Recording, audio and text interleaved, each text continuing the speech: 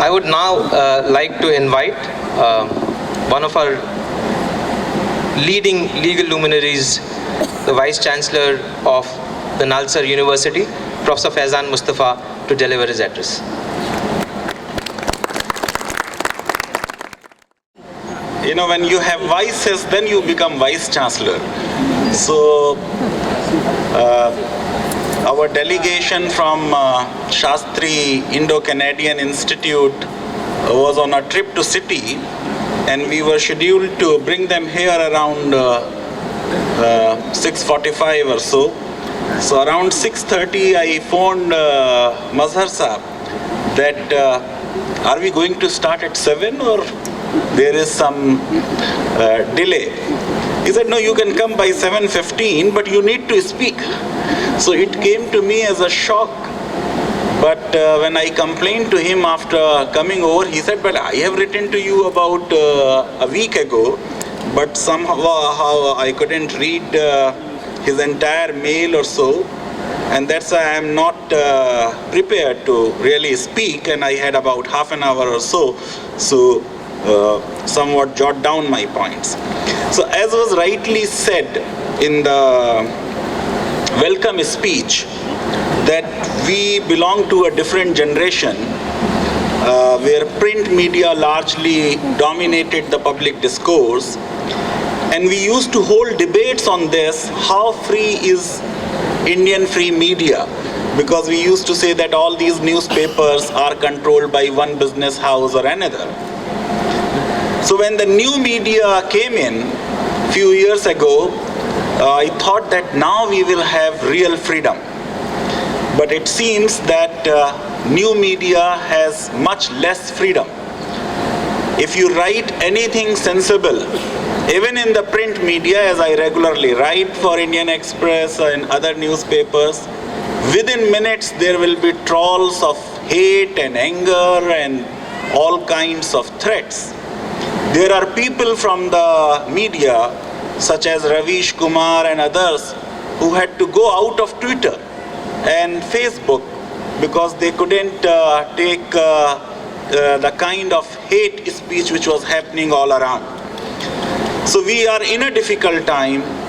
I believe this classical logic of freedom of speech, that let all kinds of ideas be expressed, and in the marketplace of ideas, the best will eventually be accepted. We have people from CNN. I believe that idea is probably wrong, because in the process you have lot of hate speech, lot of radicalization going on net. And this is having very disastrous kind of consequences.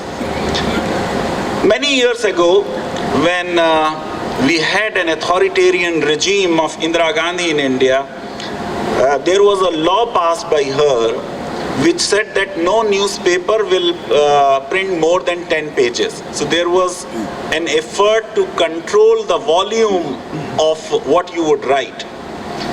And then in that judgment, one very eminent judge from Kerala, this is for her here, and Justice Matthews, he said that freedom of speech does not give you license for unnecessary talkativeness. If democracy is freedom by choice and people are all the time called upon to make a choice, then you need to talk sense. And you can't be talking all kinds of nonsense. I think internet has become a platform, an unregulated platform of talking nonsense and spreading hate and radicalizing youth. Now, 3-4 things I would say to begin with. I think internet provides unprecedented opportunities to get radicalized. If you are interested, very soon, in few minutes time, so if you watch a video on YouTube, it will take few moments for you to become sympathetic to the cause of extremism and radicalization, and then probably you will get recruited.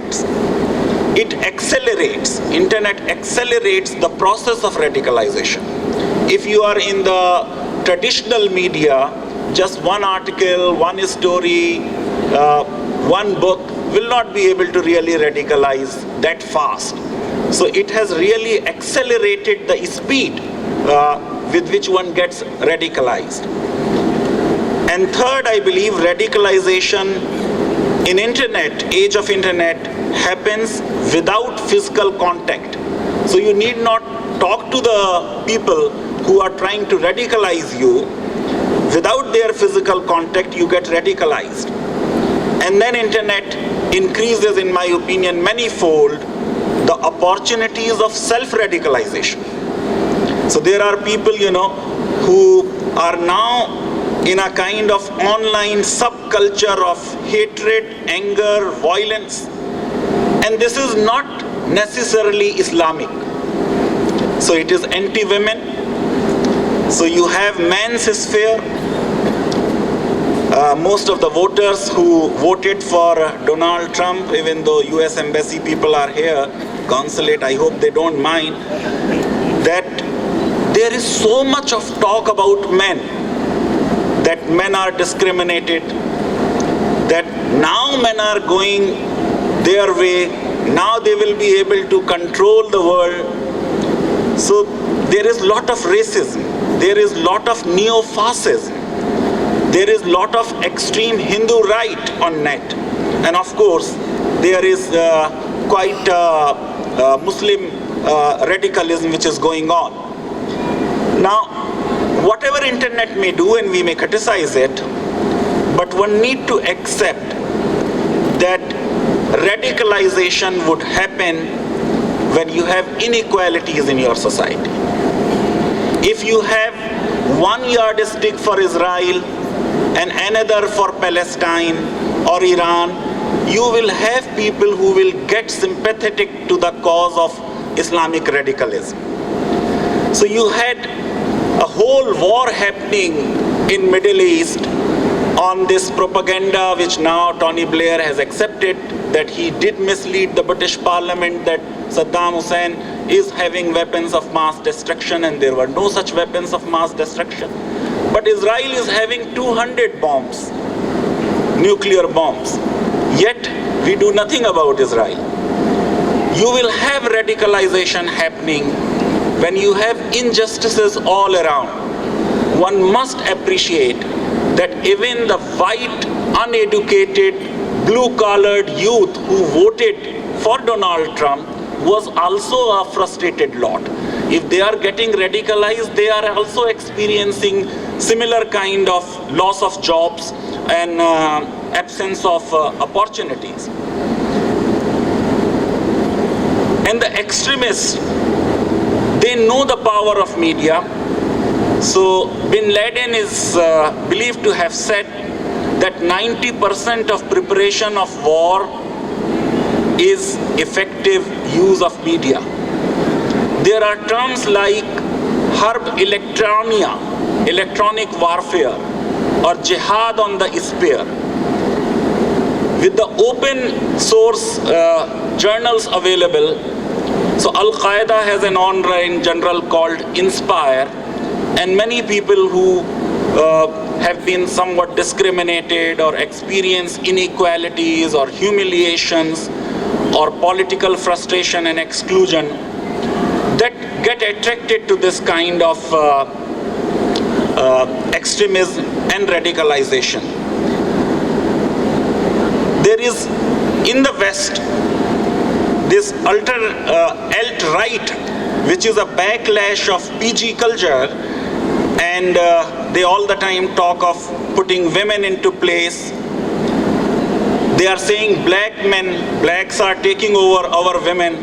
Hindu right in India is saying Muslims are taking over our women, and therefore this whole idea of love jihad, and you saw last year how much internet was talking of love jihad. Ramdev and several others are saying that Hindus should produce more children, because there is going to be a demographic imbalance. Now, statistically, it is not it is impossible that Muslims will ever overtake Hindus in terms of number.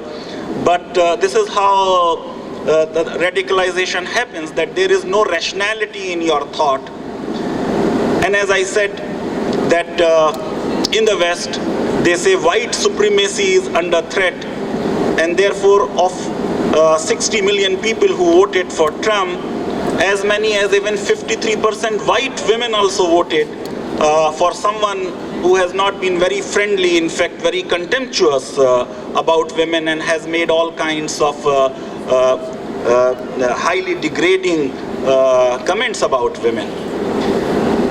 So there is a kind of stigma which these people attach to liberals. So in India, they are called secular. These people and their channels and their articles, they are criticized. These people are against multiculturalism. These people are against feminism. And therefore, I think this is quite a problem. And therefore, I believe that this is a good opportunity that we need to talk of, that how do we counter this new threat. There is very little space now to talk of moderate things or talk of moderation. They are against sexual minorities. So look the kind of nonsense they talk about lesbians and gays. I believe that there is a need, and no technology can give an answer and would be able to curb radicalization.